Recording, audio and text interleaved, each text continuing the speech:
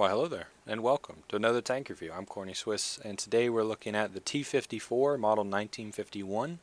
As with all reviews, if there's something you want to see in particular, I don't know, realistic, simulator, gameplay, whatever, all the timestamps are below. Go check it out. Jump on to whatever you want to see. We're going to do the egghead portion here, so if you want to stick around and hear a more in-garage look at this tank, then by all means stick around. Let's get started. So the T-54 is a rank 5, 8.0 battle rating Soviet medium tank. It, like all medium tanks, it gets 2 spawns and has the ability to call in off-map artillery, which is can be really helpful. The T-54, I think, is one of the more iconic, I guess, Russian tanks, Soviet tanks, like Cold War era, because of, I guess, the design. You have the cone, like the conal shaped turret, just like you have on the IS-3, which was developed at the end of World War II. You have this same idea on a very mobile platform. The turret of the T-54 is very thick, 200 millimeters. That's a really, really strong frontal turret. And then it has a 100 millimeter gun, which is also really strong. But we'll talk about the gun a little later. To get started, let's focus on the armor. So like I said, 200 on the front of the turret, 160 on the side, 65 at the rear. So the rear of the turret is pretty weak.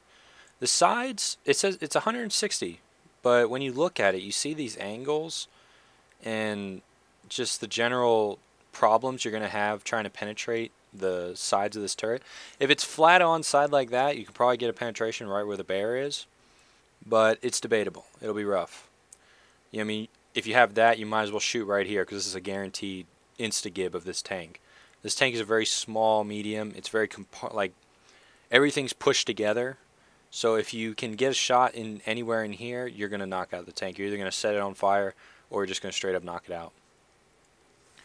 The hull armor is 100 at the front, 80 at the side, and 45 at the rear. What does that mean? This 100 millimeters of front armor is actually much better than that. You can kind of see it from the sloping. You see how heavily sloped that is. It's even more so than on machines like the T-34. That armor is not 100 millimeters. It's effectively way thicker than that. And also there's no obvious driver's port except for right here. But even then, that's not a big target. And that probably won't result in knocking out the tank. In this lower plate, the angle is so steep that that's not really a weak spot. Don't really bother shooting this unless he's coming up a hill or something like that. I don't know, in your level. The best way to attack this tank, honestly, from the front, you can try and penetrate this frontal plate right here. But if you have a really high pen gun like the Panther II, the best idea is just to shoot him right into the front of the turret or right in the gun. Knock out his gun and then try and deal with him that way. But the T-54 is a absolute beast. You have this amount of armor, which granted isn't that thick, but the way it's sloped, it just makes it more effective. The side armor being 80 millimeters, I mean, that's paper at this tier. Anything will penetrate that at any range. But the tracks actually really help you on that front when you're like running around. The tracks will help save you a little bit. But I mean, if they get a good shot at you right in here, the tracks are not saving you. That's a lot of empty space that a shell can go in. And then, you know, at the rear, obviously, the rear of the tank is garbage in terms of armor, but I mean, every tank is. So, the armors from the front is pretty good. It definitely benefits from being angled, kind of like that. That helps the tank even more. And you obviously would be pointing the turret at someone. But yeah, the armor is pretty good. And the benefit of the armor being that thin on the hull, because you think about the hull is the majority of the tank in terms of surface area to cover. So the hull armor being relatively thin really helps this tank stay light. It's a 36-ton machine. That's pretty light in terms of mediums at this tier. It's a very low profile, very light machine. And the 520 horsepower, 250 RPM engine is plenty to make this thing pretty maneuverable. It's certainly not slow. It's, I think, one of the more maneuverable tanks in the game. This thing can get to places most rank 5 tanks just can't get to as fast.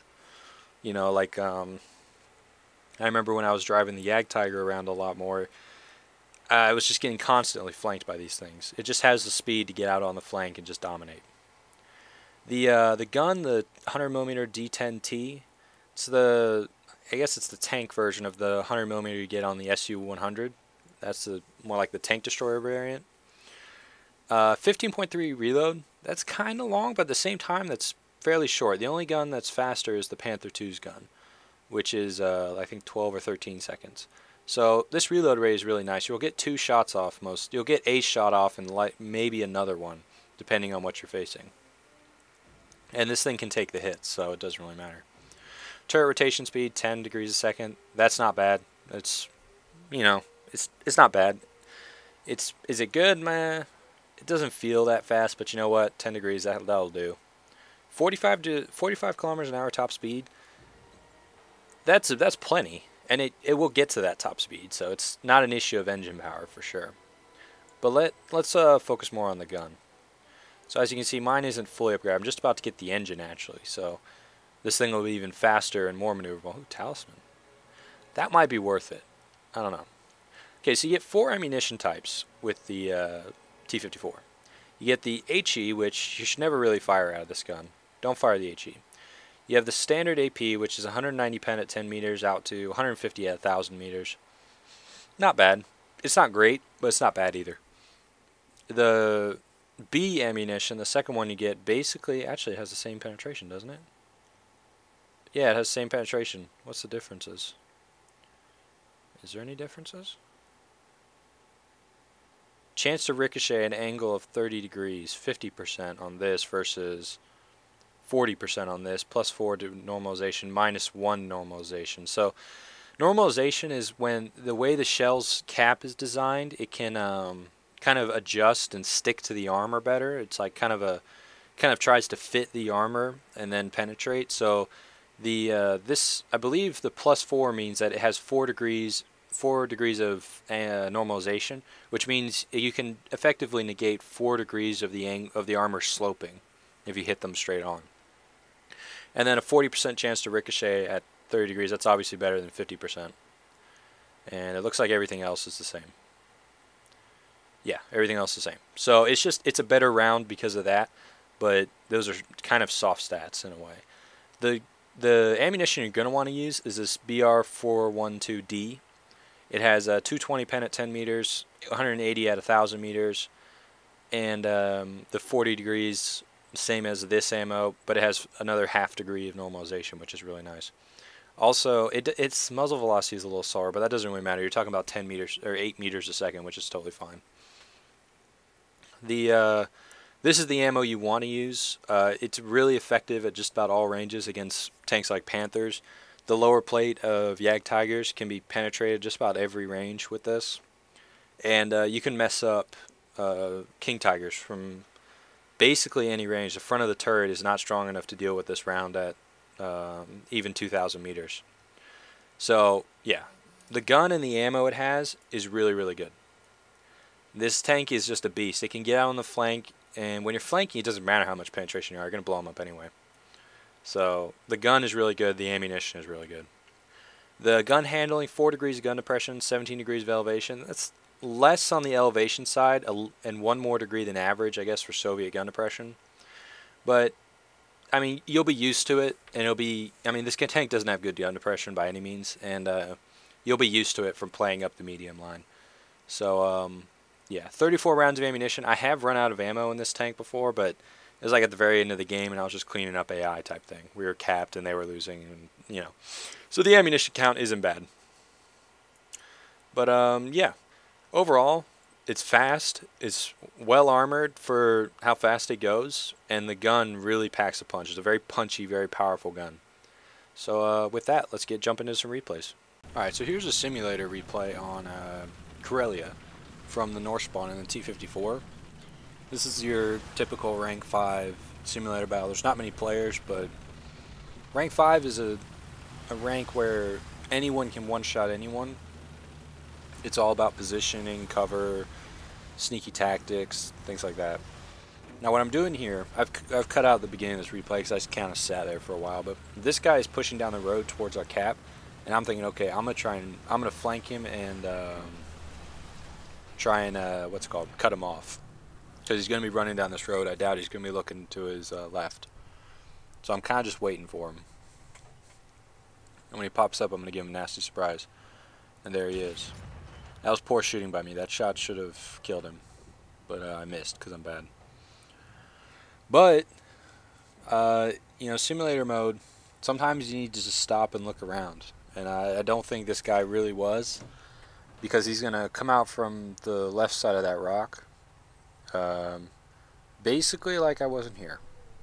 Which is disrespectful in my opinion. So I should have killed him with the first shot. But that shot goes in and kills him anyway.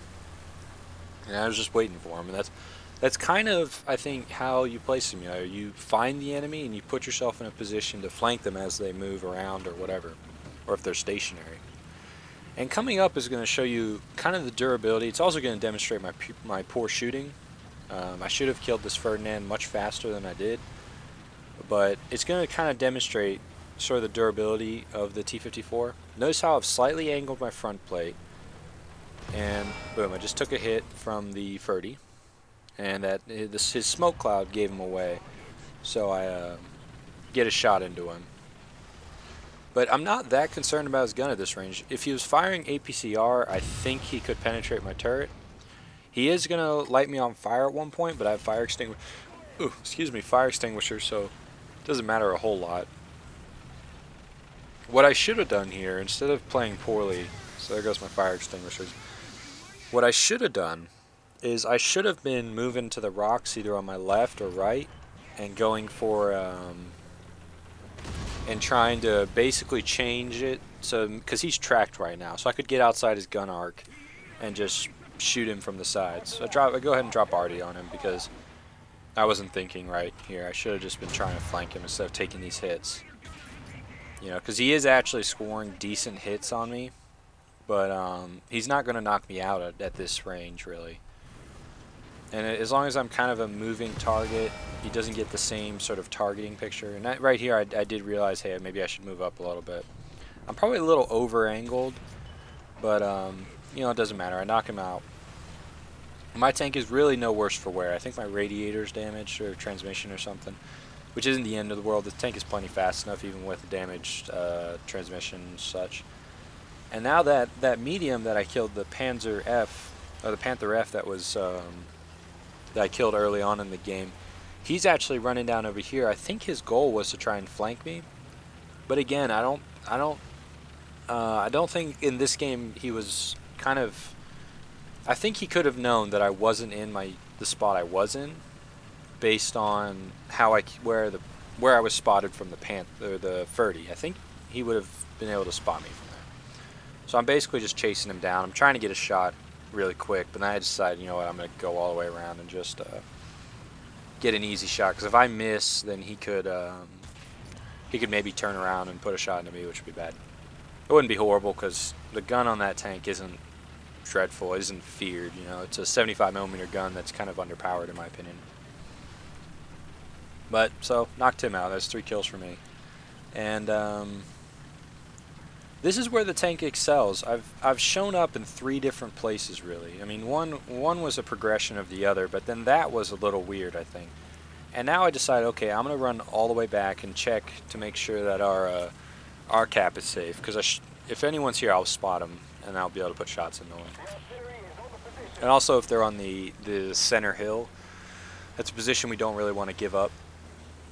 Even if we are moving into their zone and capping, or starting the cap, so they're going to start taking fire from the enemy tanks wherever they are, so it's important that I give them cover. And there is another Ferdy up on that hill, and I can't quite see him because I'm not looking in the right spot, but he's going to become pretty obvious here.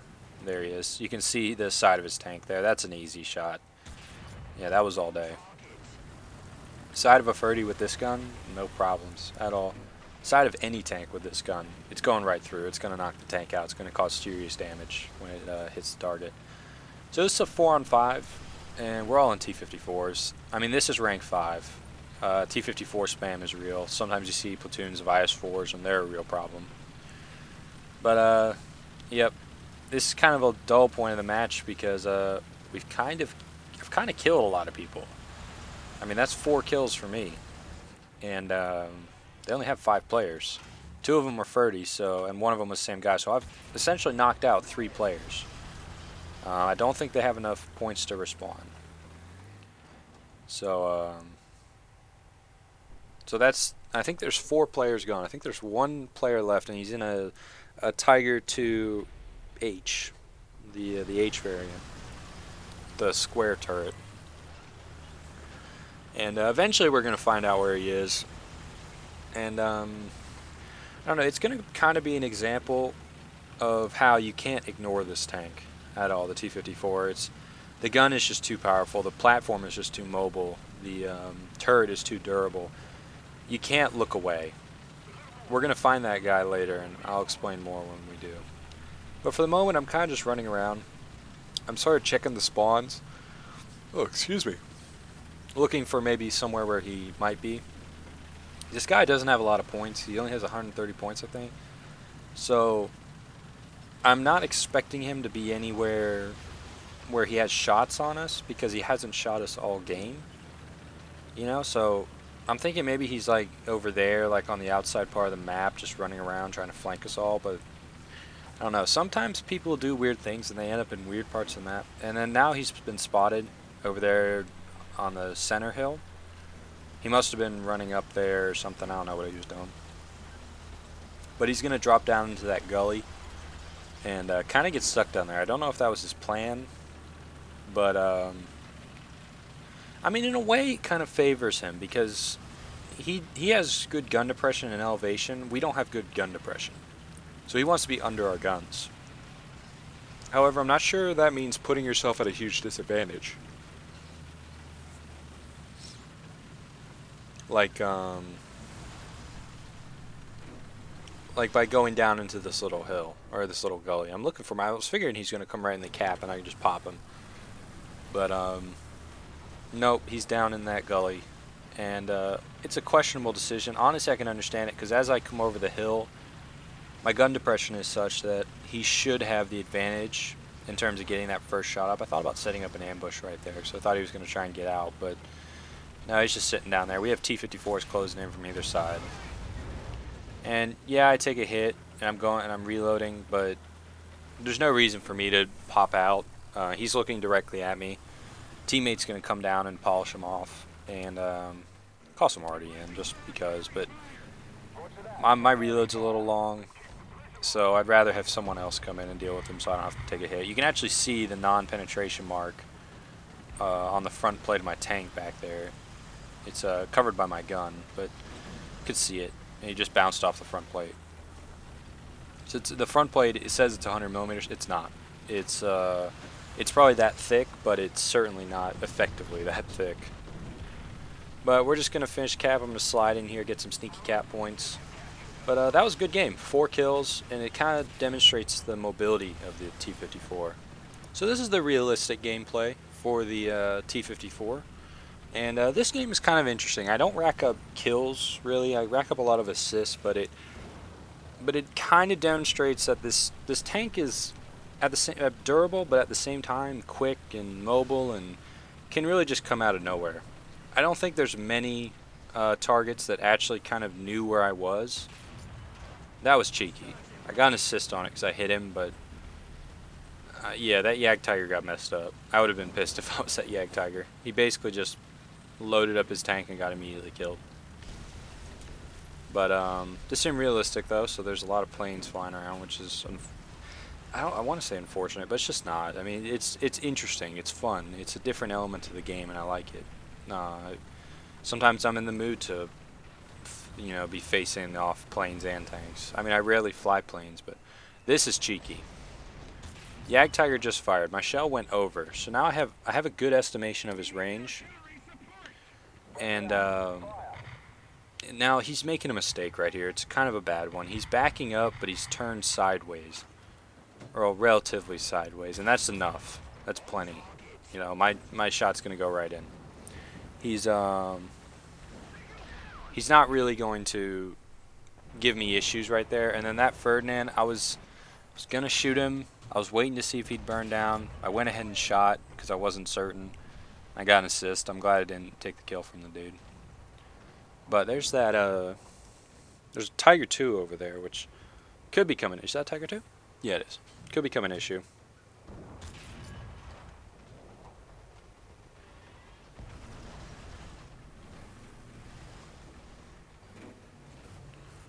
But, yeah. It's kind of I'm trying to figure out exactly what I was thinking right here. I like to do this when I do replays. That was weird. Target undamaged? What the fuck? But, I don't know. I like to kind of... When I'm looking at these replays, I like to kind of figure out what I was thinking at the time. Helps me play better. But I'm kind of just looking around. That was cheeky. I don't know how that went in, but it went in. And I kind of did some damage to that guy. But I've kind of outlived the usefulness of this position. I'm going to instead push forward with this other T-54. It's the best move right now. We want to kind of take the fight to the enemy and kind of give them a little payback. Alright, sorry about that. And I was saying payback. Not really. We're doing pretty well here. It's not really payback. But, so I'm pushing up. The goal is to push up here, clear this flank, and then sweep down towards their cap and clean them out as we go. We shouldn't have that many issues with this. Here, okay. There's a Tiger 2 here. He's actually gonna... Oh, I forgot about that part. Dude, he got messed up. Ouch. It's annoying. I don't know. I'm gonna get hit and my gun's gonna get knocked out. Right there. I had the kill shot right there. He is full side on to me. Maybe if I'd been a little faster, I don't know. Maybe if his shell hadn't hit my gun, he would have been toast. But you know, that's kind of what you live with. You know, if you were a split second faster, you would have gotten that shell off and he would have died and my gun still would have probably been broken, but you know, maybe instead I get the kill. But you know, such is life. Can't really change it. There's my cannon barrel's fixed now. Gonna give this guy hell. He's turning. I'm just gonna plant that in the side. Ouch. Just got hit by this Panther 2. I shouldn't reload before him, but I might. Because I fired before him. I'm deciding how to shoot him.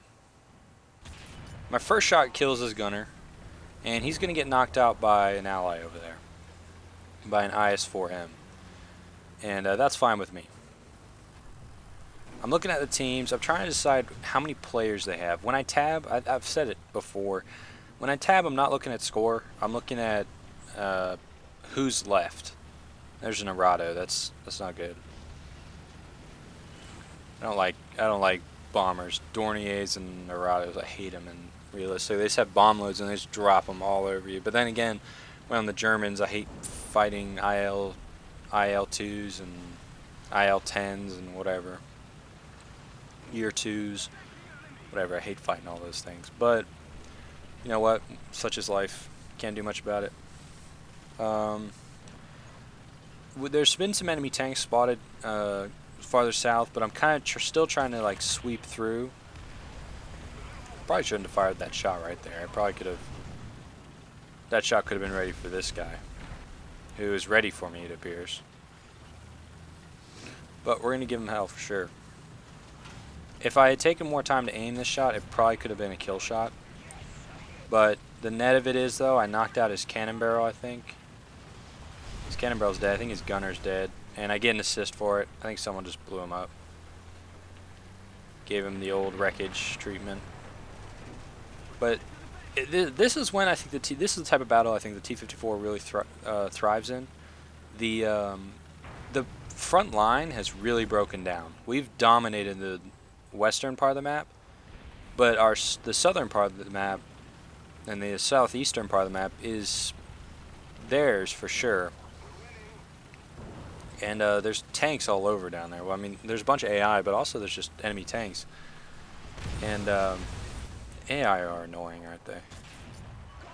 Especially because they're tough.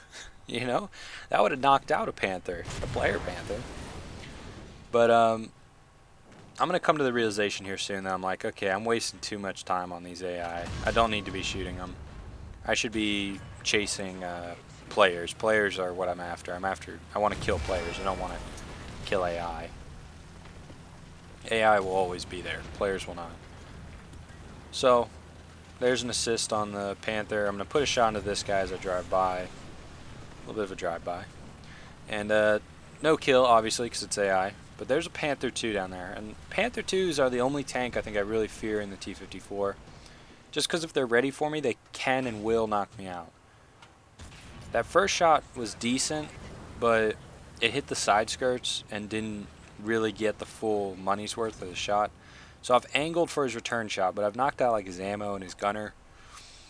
However, he will reload before me probably. He shot somewhere else. I don't know what he did, but I killed his loader, gunner, commander. This guy's toast, and bam. He's going to get knocked out.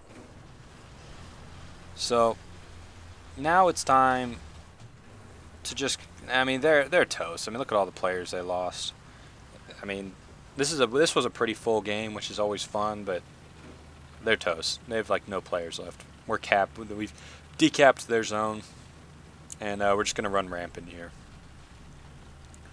But like I said, this is the type of battle that T-54 really thrives in, is the ones that are kind of chaotic, where you can kind of just wolf pack and come across heavy tanks and large vehicles that just can't deal with you one-on-one, just from the sort of knife fighting ability that this tank has. Excuse me. But I don't think anything else is really going to happen this replay. Going to shoot at some planes, but, you know, that's about it. So let's move on to the opinion. Alright, so opinion time. What do I think of the T-54? This tank kind of has it all. There's not much that this tank doesn't have that you want in a tank. The armor is great for a medium tank. Hands down, probably the best armored medium tank in my opinion. The turret is exceptionally good. Except for one gun, I think. The turret will save you lots of times. The hull armor is sneakily tough from the front. The sides and rear obviously are weak, but the front of the hull is tough. The 100mm gun, really, really strong. I think this 100mm gun might be the best gun in the game, other than maybe the Panther 2's gun. I really like the Panther 2's gun, but I really like the T-54's gun, and by extension the SU-100's gun. I feel like 100mm is the perfect caliber for a tank gun in this game. 105 is probably really good, and we're going to probably see those in the future. But like, because the 88 on the Panther 2 sometimes doesn't have the punch, but this 100mm has the punch every day of the week. And it's just a really, really fantastic gun on a really, really fantastic platform. It's just a good-looking machine, honestly. It's just a mean, lean, killing machine. The maneuverability is great. Just the handling in general, just really good. The armor will save you and surprise you in multiple ways. And if you even get the slightest side of a Yag Tiger, you're going to knock it out, no problem. So I mean, if me gushing over this tank doesn't tell you, this is by far, I think, probably the most broken tank in the game in terms of power. The IS-4 is definitely really, really broken. The advantage the T-54 has over the IS-4 is the fact that T-54 gets 2 spawns and artillery. On this platform, I think it makes it a better tank overall. However, the IS-4 is no pushover. I mean, heavy armor, side scrapes, angles like a boss. This tank is unstoppable as well. But, you know, the T-54 has that certain something about it that just makes it broken and overpowered. I think as long as, if the tech tree stayed the same, this tank would run rampant for the entire future. I think what's going to happen, based on what the those dev videos that Gaijin released with about questions and answers and stuff like that, it sounded like what's going to happen is the Germans are going to get some paper tanks, primarily the E series of tanks, like the E50, E75, E100 Mouse. When you look at what they've always done, I think the E100 is unlikely. The Mouse is more likely because one was actually built. However, honestly, I think I'd rather have the E100 if I had to pick. And I'm not talking at all about guns because I'm not sure what the historical gun is for the E100 or the Mouse. But just in terms of versatility, I think the E100 has the advantage, even though it's a big, heavy, slow machine. The mouse is an even bigger, even heavier, even slower machine, which I don't know if that necessarily would help. You know, I just feel like the IS-4 could still deal with that. Because the way the IS-4's armors works is angles and, it's the way it's shaped. The mouse would be relying on pure armor thickness. However, a well-driven mouse can angle and things like that, but if you get the flat side of it, the thing's the size of a house, so you're not going to miss. The thing about the IS-4 is, even if you get the side of it, you may not penetrate. But I don't know. I mean, we have to see it in game. We have to see the mouse or something in game. I think the E50 is the most likely candidate, or the E75, to be an issue for Russian teams at this rank. But I'm not sure. I mean, I haven't really researched those tanks and their statistics and engine power and things like that, so that might be something I do in future. But the way it stands now, the T-54 runs rampant. The IS-4 runs rampant. I mean, it's not. I think it's fairly average to achieve an 80 to 90% win rate with your Russian rank 5s versus the German rank 5s, where you receive a 10 to 20% win rate, and that's common. That just tells you how imbalanced it is. 90-10, 80-20 split. That's pretty bad. But yeah, this tank is OP. If you're debating whether or not to research Russian tanks, look no further than right there.